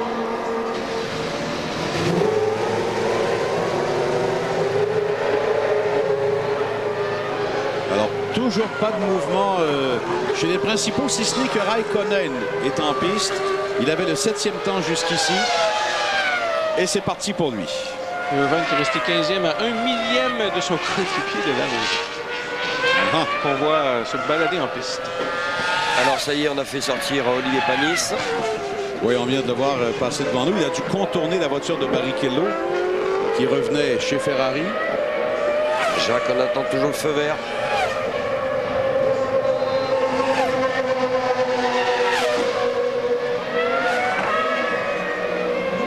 Voilà Raikkonen. Là, on va suivre son temps plutôt, mais... Allez, ça y est. On a hâte de voir où va se situer Raikkonen. Est-ce qu'il s'amène? Raikkonen, pas d'amélioration. Allez, ça y est, dernière chance pour Jacques. Et Coulthard s'amène en piste. Là, écoutez, on entre dans cette fenêtre là où tout le monde va y aller, finalement.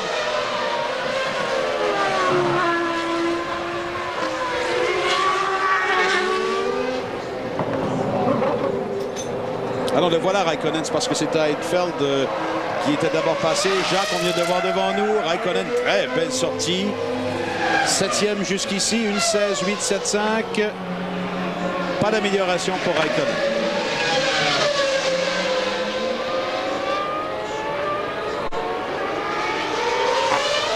Alors là, ça prend des yeux partout. Oui, oui. Et Michael Schumacher qui va retourner, ouais, avec 2 minutes exactement à faire. Il va sortir. Et oui, voilà, c'est parti. Et son frère Ralph est devant lui. À la sortie. Montoya s'amène en piste également. Oh, regardez! Est-ce que c'est Villeneuve? Est-ce que c'est Panis ou Villeneuve? Oh, il y a un accident majeur! Oh, ça a tapé très fort! Ça a tapé fort, mais apparemment, je pense pas que... À Sedfield. Ben oui, c'est pas loin de vous, d'ailleurs, Christian. Oui, là, oui, et on a l'impression que c'est encore un incident drapeau noir, de même nature. Hein? Oui, on va arrêter certainement la séance. Voilà qui est fait. Ouais, voilà. Bon. Avec une 35 à faire. Ben écoutez, les vibreurs, là, ça commence à donner, là, les deux. Hein? Ben, quand on va à l'extrême limite, ça peut devenir un facteur névralgique. Oui, oui. Bon, ben là, il y a un inconvénient, c'est que les types qui sont lancés viennent de ruiner une partie de leurs pneus, là. Hein? En une 35, est-ce qu'on fait un sprint et on traverse la ligne d'arrivée? Ah, ben, même chose. Ouch! Oh, aïe, aïe. Et lui, ça a frappé par devant, là, en plus. Scénario identique. Le danger, c'est un élément de suspension qui rentre dans la coque ou... Ouais. Oh là, il a frappé d'abord très fort de l'avant droit. Hein. Ouais. Et comment s'est détaché. Ouais, ouais. Toujours ce danger. Comme quoi, les renforcements latéraux, c'est pas pour rien. Alors, écoutez, on a eu un premier signe avec Mika Hakkinen, qui, lui, heureusement, n'a pas frappé le mur, mais vous avez vu les dommages à la voiture. On a vu une progression, une deuxième étape avec Barrichello, qui lui a été changé finalement de frapper de l'arrière. Ça n'a pas trop secoué. Et là, encore plus inquiétant, une sortie assez violente qui a fait... Heidfeld a frappé de l'avant. Et vous avez vu comment il a été secoué à l'intérieur de la voiture. Et Géja qui vient de passer devant moi, là, m'a fait style... oh, secours, ouais. Et oui, parce que là, il était parti, donc ça veut dire que le peu même qu'il a roulé, le pneu, il se dégrade. Ouais, absolument. Alors, session interrompue avec 1 minute 35 officiellement au chrono. Michael Schumacher, 1:15.782. Ralf Schumacher, 1:16.297. Jarno Trulli, David Coulthard, Rubens Barrichello, Olivier Panis. Et ceux qui se demandent pourquoi il n'y aurait pas une zone de dégagement à cet endroit au mur du Québec, c'est parce que derrière, c'est une voie piétonnière, une des rares pour se promener autour de l'île. Et derrière, c'est un lac. Eh oui. Il faudrait gagner sur le lac. Ah non, non. Et, etc. Si on voulait créer une aire de dégagement, parce que pour l'instant, les limites physiques de l'île ne le permettent pas. Ben, ça me fait penser un peu à Tamburello. Vous vous rappelez, on a dit si on voulait garder la grande courbe, il faudrait reculer la zone de dégagement. Ça va directement dans l'eau, Christian. Eh oui. Et Bertrand, on l'a vu, hein, nous, on est allé voir pour justement faire notre petite enquête personnelle. Tout à fait. Et finalement, ben... Bon, mais on n'arrivera jamais. Attention, oh là, ça se précipite. On est près chez Barre. Ouais. Qu'est-ce qui s'est passé? Ils ont donné le feu vert. Ça y est, il est prêt. Hein. Ouais, parce que Barrichello qui est allé se placer directement à la sortie des puits. Et les enveloppes chauffantes et tous les mécanos Ferrari qui sont oh là là, c'est la folie. Jacques est parti en premier, suivi derrière des deux Benetton. Mais comme des fous sont partis. Ben là, il a bien fait. 35, il a bien fait parce qu'il aura que Barrichello devant lui. Ouais. Ah, c'était incroyable. Quelle guerre extraordinaire. Hein. Ouais, ben regardez là. Vous auriez vu dans le stand, mais c'était comme s'il y avait eu une explosion qui allait se produire. C'est parti comme un avion. Alors, c'est Barrichello, Villeneuve, les deux Benetton. On voit Coulthard qui tente de passer devant. Ça va mal se terminer. Là. Ben ouais, la Villeneuve va s'avancer un peu. Ben, c'est parce que là, Coulthard qui fait signe, tassez-vous. Hakkinen qui suit pas très loin derrière. Ah, ça va se bousculer. Bertrand a qui le privilège, là? Est-ce qu'on peut sortir 2 ou 3 de large? Et le verre est donné. Et c'est Coulthard qui est parti le premier. C'est presque un départ de Grand Prix dans la Ligue des Puits. C'est incroyable. Alors, c'est peut-être pas ce que vous avez vu à l'écran, mais en tout cas, Ce qu'on vous a décrit, c'est tel qu'on l'a vu. Ah, c'est incroyable. Et là, c'est comme en course. C'est parce qu'il faut passer avant 0, là. Eh oui. Alors, ce seront presque 2 tours de qualif complet. Il faut y aller à fond. Il faut absolument revenir avant le drapeau à damier.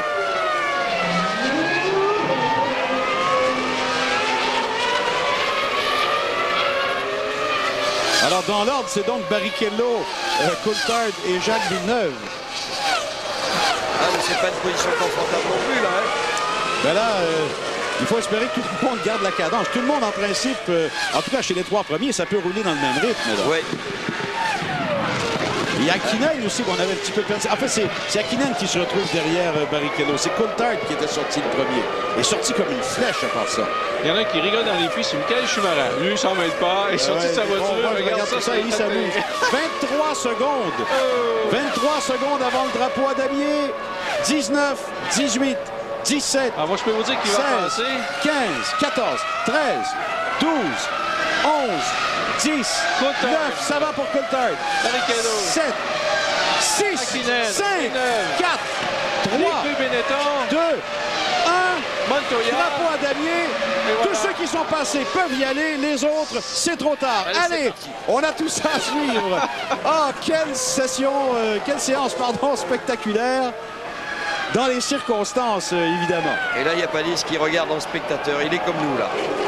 Et tout le train des voitures qui sont passées avant 0 suivent David Coulthard. C'est lui qui donne la cadence. Alors, Coulthard, Barrichello, Hakkinen, Villeneuve. Personne ne retarde l'autre. Alors, c'est pas si mal, finalement, dans les circonstances. Coulthard a une demi-seconde de retard sur Schumacher. 21-4, ça égale Ralph dans le premier secteur, ça. Mais Coulthard a raté son 3e pilote. De toute façon, on va vous donner les temps en rafale. Hein. On ne peut pas tout montrer à la télé, évidemment. Ça, c'est bien compréhensible. Coulthard, Barrichello, Hakkinen. Alors, tout le monde suit dans la foulée.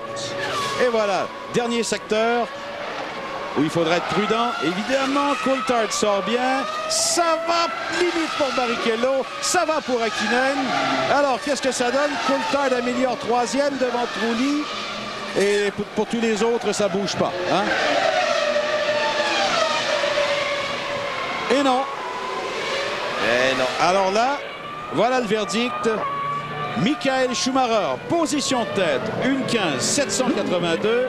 Son frère Ralph, on les attendait, les Williams. Ben Ralph est là. Alors Bertrand qui lève les bras en signe de victoire, mais c'est une double victoire, Bertrand.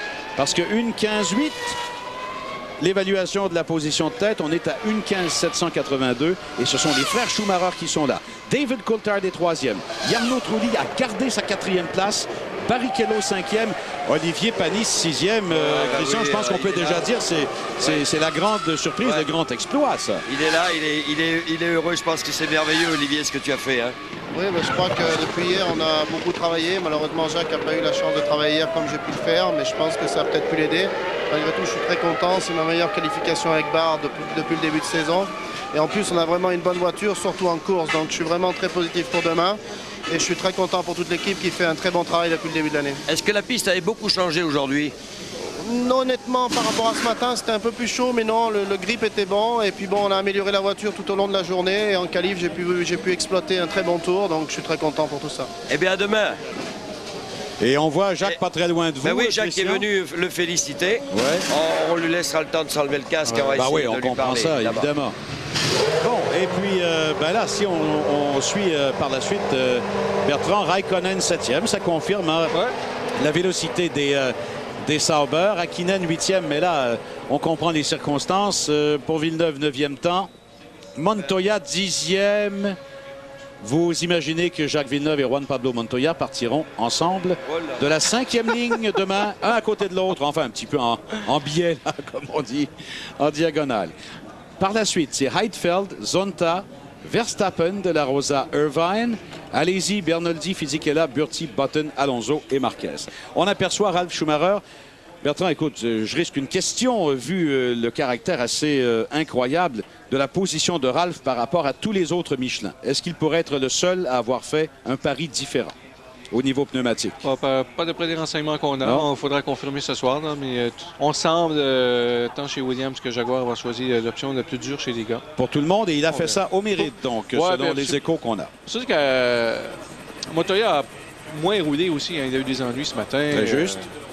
Bon, eh bien, écoutez, on va faire une pause. On sera de retour dans quelques instants avec notamment les commentaires des 3 premiers pilotes. À tout de suite.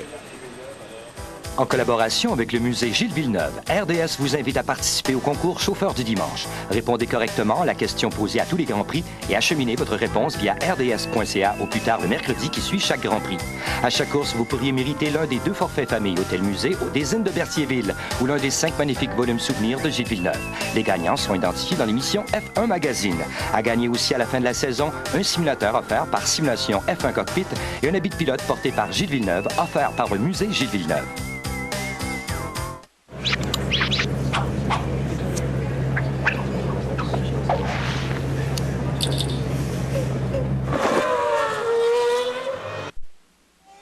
Inscrivez-vous au pool F1 Renault Dépôt exclusivement au www.rds.ca.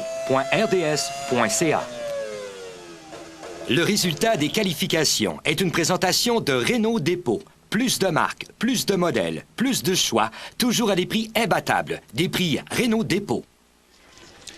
Ben, finalement, Bertrand, le seul qui a semblé très calme tout au long de cette séance de qualification très animée, c'est Michael Schumacher. Écoutez, il est sorti 2 fois, c'est pas compliqué. 2 fois seulement. En général, on fait 4 tentatives. S'il y a un tour rapide pour chacune. Et il a fait, bang, une 15,782. Et il a regardé tout le reste du peloton se disputer âprement les autres positions. Ralf Schumacher, David Coulthard, Jarno Trulli, Rubens Barrichello. Olivier Panis apparaît en 6e position. Et on peut tout de suite vous dire que par la suite, c'est Hakkinen, Villeneuve et Montoya. Une demi-seconde en 2 et 7. Wow! De toute façon, on pensait que ça allait être serré à ce niveau-là, et ce l'est en effet. Et on est prêt pour entendre les commentaires des 3 premiers pilotes. And it's welcome to the top 3 qualifiers for the 2001 Canadian Grand Prix. It's Michael Schumacher, Ralf Schumacher and David Coulthard. Michael, this is your 6th pole this season. It's your 6th pole here, and this is a circuit you don't like, but obviously it likes you a lot. I don't know who put out this rumor I don't like this circuit, because this is completely false and not right. I only said, and that has been misinterpreted, I love Spa, which doesn't mean that I dislike the other circuits. I only favor one, and that's the way it is. But I actually like to come down here. As you see, the results are good, but I love the country in particular, so I have nothing against this circuit at all. It obviously suits your driving style. What is it about you that makes you so suited for this combination of straights and hard braking? I don't think it is actually true. It's not actually my style of circuit, which I can put a particular effort in. It's a braking acceleration circuit like we have in Monza, like we have in Hockenheim. I'm favoring more circuits like Monte Carlo, Spa, which are technical, a little bit more difficult. So it's nothing particular down here which makes me going better. You said a very, very fast time in your 2nd run. The 3rd run obviously had to be aborted, and you then had the confidence not to bother to go out for that last 2-minute sprint. Why was that? Well, I knew it would have been a mess to go out there, and as you saw, it was a mess. So I rather thought I saved that and watch it. It will be much more interesting to watch it, and so it was. Michael, thank you. Ralf, it's the 2nd all-Schumacher front row after Brazil, but you've made up a huge amount of time since this morning. What have you done to the car? Yeah, tell me. If I would know. To be honest,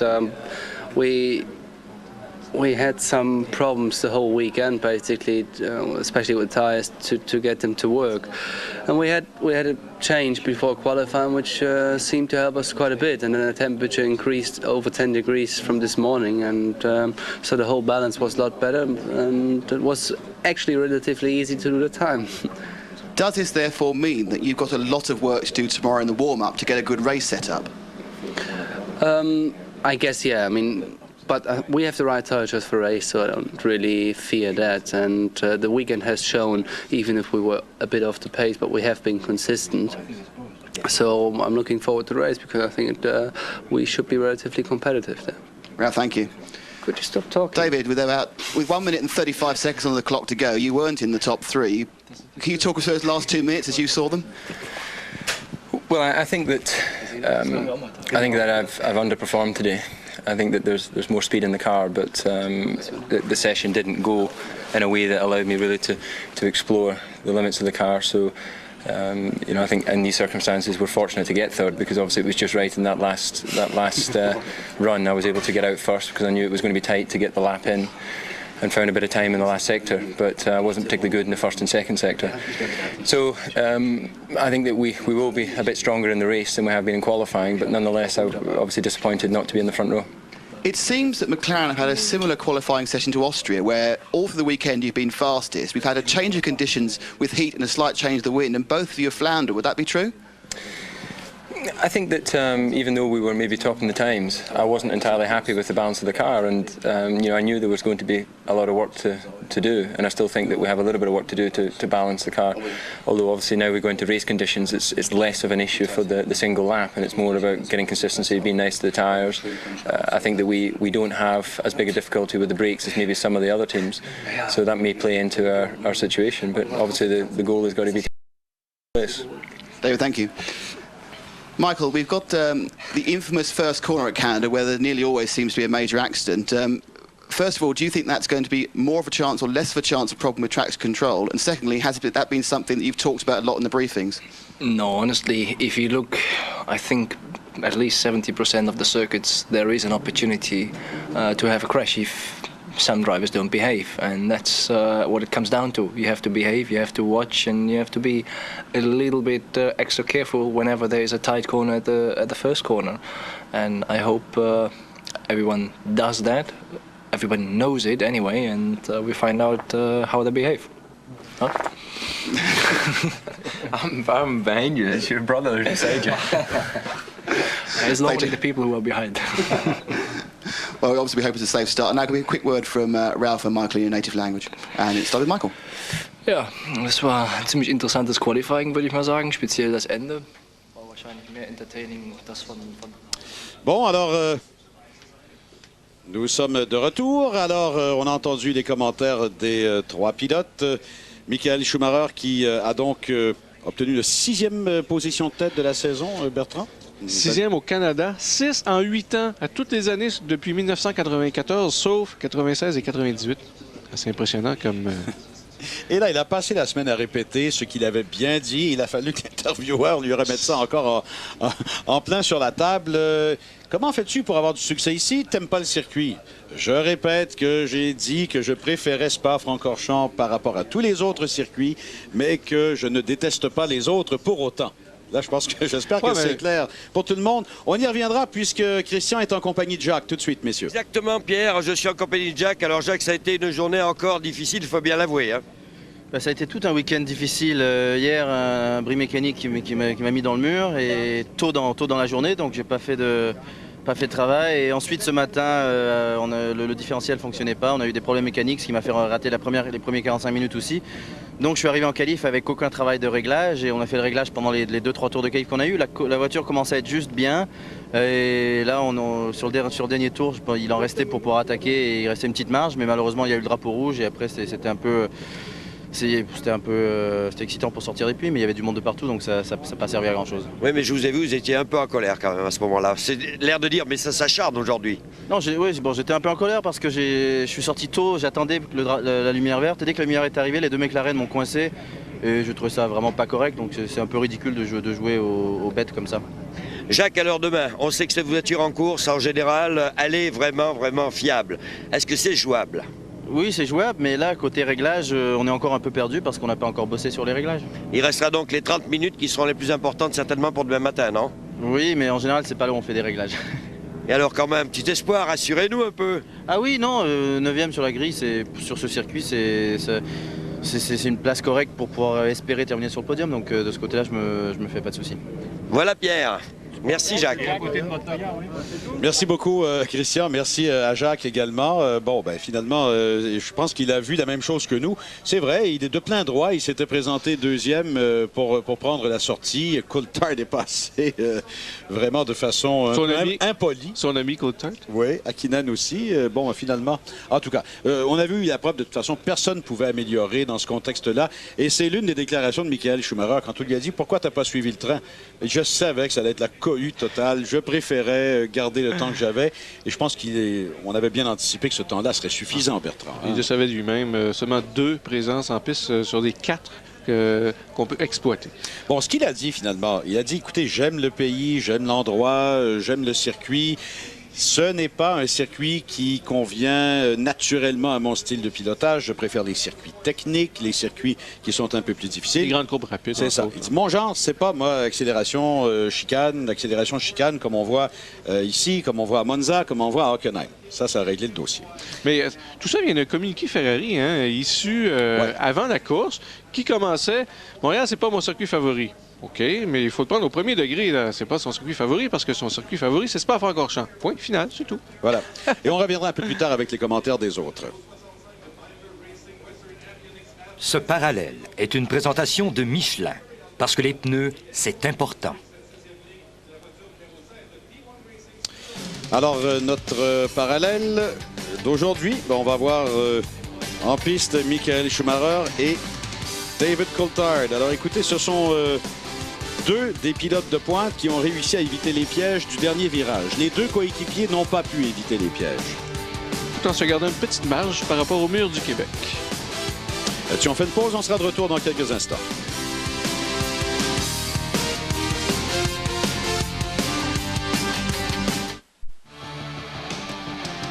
Les Grands Prix de Formule 1. Une présentation de Michelin, parce que les pneus, c'est important. Ces Grands Prix vous sont aussi offerts par Suzuki. La Suzuki XL7 2001, au rythme de ta vie. Alors, vous apercevez déjà les voitures de Formule Atlantique qui sont en piste. C'est notre prochain rendez-vous dans quelques instants à l'antenne de RDS. À tout de suite.